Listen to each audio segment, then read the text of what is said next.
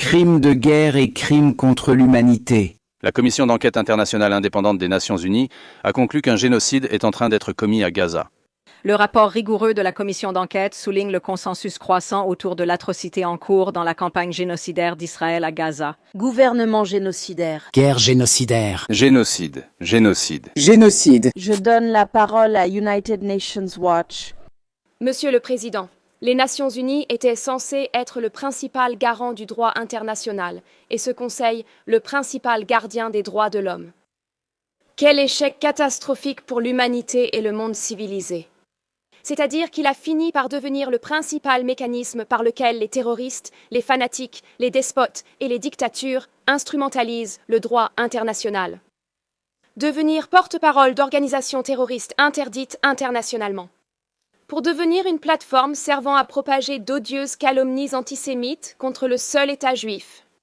Des calomnies antisémites telles que occupation, nettoyage ethnique, colonialisme, apartheid et génocide, des termes qui, ayant été tellement détournés contre Israël pour le diaboliser, ont perdu tout leur sens. Ce conseil est devenu la plus grande usine de blanchiment de désinformation au monde. Parce que lorsque des soi-disant organisations de défense des droits de l'homme publient ouvertement la propagande du Hamas, elles comptent sur ce conseil, ses commissions, ses rapporteurs pour répéter ces mensonges.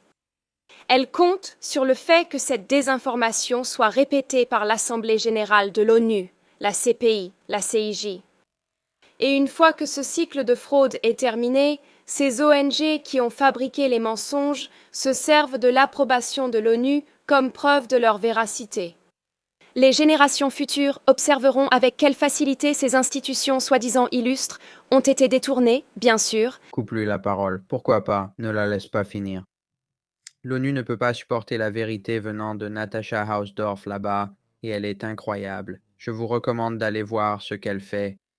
Je veux dire, vous savez, je fais cette vidéo immédiatement après la terrible attaque de Manchester contre des Juifs dans une synagogue pendant Yom Kippour, qui est la grande fête juive, où je crois que 2 personnes ont été assassinées et plusieurs autres blessées.